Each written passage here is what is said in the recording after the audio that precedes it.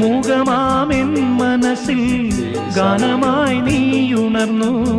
മൂകമാമെൻ മനസ്സിൽ ഗാനമായി നീയുണർന്നു.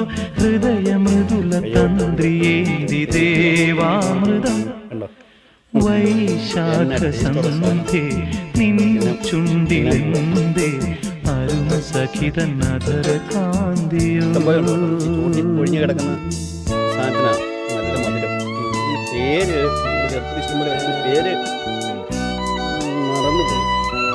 മെഡിക്കക്കാരനായതുകൊണ്ടല്ല, നമ്മളെന്നാ പറയുന്നില്ല. ഇങ്ങനൊരു സാധനം ചെറുപ്പത്തിൽ കാണാൻ വേണ്ടി നോക്കിയിരിക്കുക.